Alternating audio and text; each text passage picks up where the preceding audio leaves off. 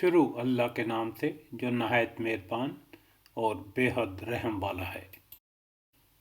कह दीजिए, तुम इस पर ईमान लाओ या ना लाओ, जिन्हें इससे पहले इल्म दिया गया है उनके पास तो जब भी इसकी तलावत की जाती है तो वो थोड़ियों के बल सजदा में गिर पड़ते हैं और कहते हैं कि हमारा रब पाक है, हमारे रब का वादा बिला शक व शुबा पूरा होकर रहने वाला ही है।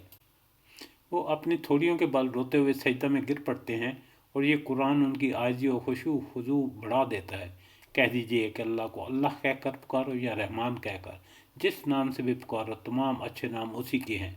ना तो अपनी नमाज बहुत बुलंद आवाज़ से पढ़ और ना बिल्कुल आहिस्ता, बल्कि इसके दरमियान का रास्ता तलाश कर ले।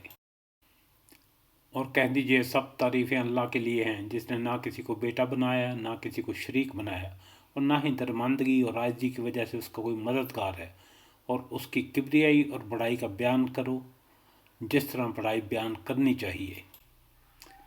बिस्मिल्लाह वल आखिर, शुक्र अल्हम्दुलिल्लाह। आज सूरह बनी इसराइल का तर्जुमा रिकॉर्डिंग मुकम्मल हो गई है। अल्लाह ताला हमारी कोशिशें कबूल फरमाए, हमें अपनी दुआओं में याद रखिएगा। आमीन सुम्मा आमीन।